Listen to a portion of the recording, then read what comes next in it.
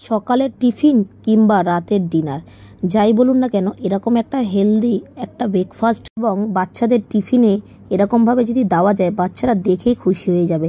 আর এরকমভাবে স্যালাডটা দিতে হবে, মাঝখান দিয়ে একটা পেঁয়াজের টুকরো দিয়ে দিলাম, দেখতে অসাধারণ। নমস্কার বন্ধুরা, আমি চন্দনা, আপনারা দেখছেন চন্দনা কুকিং টিপস অ্যান্ড ব্লগ। ভিডিওটা পুরো দেখার অনুরোধ রইল, আশা করি ভালো লাগবে। তো প্রথমে আমি একটা গামলার মধ্যে এই কাপ মেপেই ময়দা নিয়ে নিলাম 3 কাপ। তোমাদের পরিমাণ বুঝে এখানে ময়দা ইউজ করবে। আর এখানে 3 চামচ চিনি দিয়ে দিলাম। চিনি দেওয়ার পরে স্বাদ মতো লবণ দিয়ে দিলাম আর 1 চামচ ইস্ট দিয়েছি। তো ইস্টটা যে কোনো কোম্পানি হলেও হবে বন্ধুরা। ভালো করে এই উপকরণগুলো মেখে নেব শুকনো। তারপরে আমি একটুখানি ময়দাটাকে ফাঁকা করে নিয়েছি মাঝখানটা। এবারে এখানে আমি দিয়ে দিচ্ছি 1/2 কাপ তেল আর 1 কাপ দুধ। এই দুধটা একটু উষ্ণ উষ্ণ গরম থাকলেও হবে, একদম ঠান্ডা করার কোনো দরকার নেই।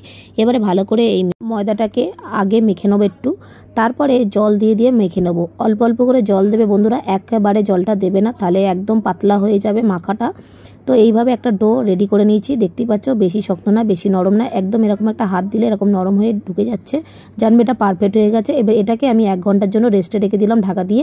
এখানে বোনলেস চিকেন নিয়েছি, চিকেনটাকে ভালো করে আমি আগে ধুয়ে নিয়েছি। আর এখানে বোনলেস চিকেনটা 400 গ্রাম চিকেন আছে। চিকেনটা কিভাবে কাটবে সেটা আমি তোমাদেরকে একটু প্রসেস দেখিয়ে দিলাম, তাহলে তোমাদের সুবিধা হবে কাটাটা। তো প্রথমে চিকেনটাকে আমি এরকম ছুরি দিয়ে একটা চপারের উপরে কেটে নিচ্ছি। তো এবারে চিকেনটাকে একদম স্লাইড করে ছোট ছোট করে লম্বা লম্বা পিস করে কেটে নেবো। তোমাদেরকে একটা কেটে দেখাচ্ছি, দেখলেই বুঝতে পেরে যাবে। এরকম যতটা পারবে একটু সরু করে কাটার চেষ্টা করবে বন্ধুরা। এইভাবে আমি সবগুলো কেটে নেবো চিকেনগুলো। তো কে কোথা থেকে ভিডিওটা দেখছো অবশ্যই কিন্তু কমেন্ট করতে ভুলবে না বন্ধুরা। তো এখানে আমি চিকেনগুলো এরকমভাবে কেটে নিচ্ছি। তো বন্ধুরা, এই চিকেনগুলো কিন্তু এইভাবেই কাটতে হবে, নাহলে ভালো মতো ম্যারিনেশনটা হবে না। আর এখানে চিকেনগুলো আমার কাটা হয়ে গেছে, দেখতেই পাচ্ছ, একদম সরু সরু করে কেটে নিয়েছি। এবারে স্বাদ মতন এখানে লবণ দিয়ে দেব। 1 চামচের মতন গোলমরিচের গুঁড়ো এখানে ইউজ করব আমি, তোমরা ঝালটা বুঝে এখানে ইউজ করবে। 2 চামচ অলিভ অয়েল দিয়ে দিলাম, 3 চামচ কর্নফ্লাওয়ার দিয়ে দিলাম, কোটিংটা করতে সাহায্য করবে বন্ধুরা।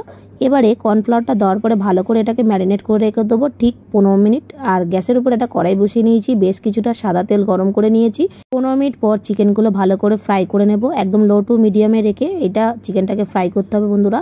এই কোরিয়ান চিকেন বাউটা এত সুন্দর টেস্টি, ঘরে বসেই আপনারা বানাতে পারবেন খুব সহজে, ইজি একদম। প্রসেসগুলো আমি তোমাদেরকে দেখিয়ে দিচ্ছি, খুব কম খরচায় বাড়িতেই বানানো যায় এই চিকেন বাউটা। তো বন্ধুরা, এইখানটা আমার লাল লাল করে ভাজা হয়ে গেছে, এবার এগুলো তুলে নেব। আর কিছু বাকি ছিল সেগুলোও আমি দিয়ে দিলাম চিকেনগুলো, এটাকেও আমি ভালো করে লাল লাল করে ভেজে তুলে নেব। বন্ধুরা, ফেসবুকের মধ্যে আমার ইউটিউবের লিঙ্কটা দেওয়া আছে, নতুন নতুন রেসিপি আমার ইউটিউব চ্যানেলেও ছাড়া আছে, প্লিজ তোমরা ভিজিট করে দেখতে পারো। তো বন্ধুরা, তেলটা আমি একটু কমিয়ে দিলাম, এখানে দিয়ে দিলাম রসুন কুচি। এবারে রসুনটা ভালো মতো লাল লাল করে ভেজে নিয়ে 1 গ্লাস জল দিয়ে দিয়েছি এখানে। 1 গ্লাস জল দেওয়ার পরে এখানে মিষ্টিটা দিয়ে দেবো 1 চামচ। এখানে আমি বড় একটা চামচ নিয়েছি, 1 চামচ চিনি দিয়ে দিলাম। টমেটো সস, চিলি সস, এখানে 2 চামচ করে টমেটো সস আর চিলি সস দিয়েছি। তারপরে এখানে দিয়ে দেব একটুখানি লাল লঙ্কার গুঁড়ো, এটাকে জলে গুলে নিয়েছিলাম। আর এখানে দিয়েছি সয়া সস 1 চামচ, আর দিয়ে দিলাম তেঁতুলের পাল্প, এখানে 1 চামচের মতন তেঁতুলের পাল্প দিয়েছি। আর এবারে স্বাদ মতন লবণ দিয়ে দিয়েছি। লবণটা বন্ধুরা লাস্টেই দেবে, এমনি যে কোনো সসের লবণ থাকেই, এখানে অনেক রকমের সস আমি এখানে ইউজ করেছি। এবারে সসটা আমি এখানে তুলে নিলাম কিছুটা।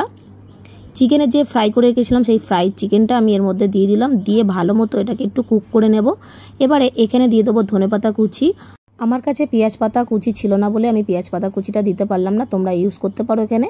এবারে 1 চামচি মতন আমি সাদা তিল দিলাম, তাহলে দেখতে খুব সুন্দর লাগে এটা। এবার এটা আমার একদম রেডি হয়ে গেছে, চিকেনের স্টাফিংটা আমি নামিয়ে নিলাম। আর এবারে দেখো বন্ধুরা, আমি 1 ঘন্টা যে মেখে রেখেছিলাম কতটা পরিমাণে ফুলে গেছে। তো এটাকে আবারও একটুখানি ভালো করে মেখে নিচ্ছি। এবারে যেরকম আমরা নর্মাল রুটি খাই সেই নর্মাল রুটির মতন আমি একটা লেচি কেটে নেবো। তোমাদের লেচিটা আমি দেখিয়ে দিচ্ছি কিরকম বড় রাখবে, এরকম রাখবে, বেশি ছোট না বেশি বড় না, মিডিয়াম করে লেচিগুলো কেটে নেবে বন্ধুরা। আর বেশি ছোট করলে পাতলা হয়ে যাবে, পাতলা হলে চিকেনের স্টাফিংটা দেওয়া যাবে না। তো এখানে আমি রুটির বেলনির মধ্যে আমি এটাকে একদম ভালো মতো গোল করে নেব। তো দেখতেই পাচ্ছ বন্ধুরা, আমি গোল করে নিয়েছি। আর একটু এরকমভাবে বেলতে হবে, কীরকম আমি বেলছি বুঝতেই পারছো তোমরা। বেশি মোটা হবে না বেশি পাতলা হবে না, আমি বারবার করে তোমাদেরকে বলে দিলাম। তো ঠিক এরকমভাবে মোটা রাখতে হবে, বেশি পাতলা না বেশি মোটা না। তো দেখতেই পেয়েছো কীরকম রাখতে হবে। আর এবারে এই বেলার মধ্যে আমি একটু তেল ব্রাশ করে নেব। তো তেল ব্রাশটা করার একটাই কারণ, তখন এটাকে স্টিম করব, তাহলে অনায়াসে ছেড়ে যাবে, এই তেলটা দিলে অনায়াসে ছেড়ে যাবে।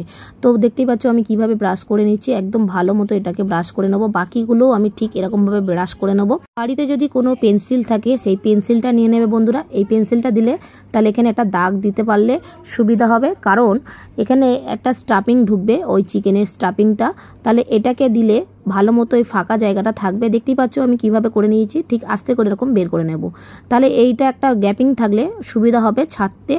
তো এখানে আমি বাটার পেপার নিয়ে নিয়েছি, বাটার পেপারগুলো এরকম কেটে নিয়েছি, তোমরাও ঠিক এরকমভাবে কেটে কেটে নেবে বন্ধুরা। আর বাদবাকিগুলো আমার সব এইভাবে রেডি করে নিয়েছি। গ্যাসের উপর একটা মোমো স্টিম নিয়ে নিলাম, মোমো স্টিমটার মধ্যে কিছুটা জল দিয়ে দিয়েছি, জলটা ভালো মতো ফুটতে থাকুক। আর এদিকে আমি এখানটায় আমি ভালো মতো তেল ব্রাশ করে নিচ্ছি মোমো স্টিমটার মধ্যে, তো নাহলে লেগে যাবে। তো অবশ্যই তোমরা তেল ব্রাশ করে নেবে বন্ধুরা। আর তোমাদের কাছে যদি না বাটার পেপার না থাকে, তাহলে তোমরা এখানে বাটার পেপার ছাড়া তেল যেখানে রাখবে তেল ব্রাশ করে নেবে, তাহলে এটা লেগে যাবে না।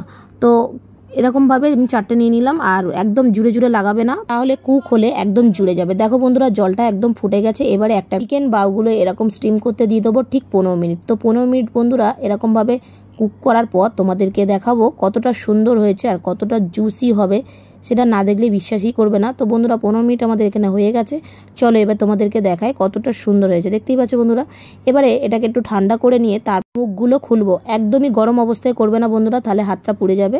তো এই দেখো বন্ধুরা তেলটা দেওয়ার কারণ এটাই, এই দেখো কত সুন্দরভাবে খুলে গেছে।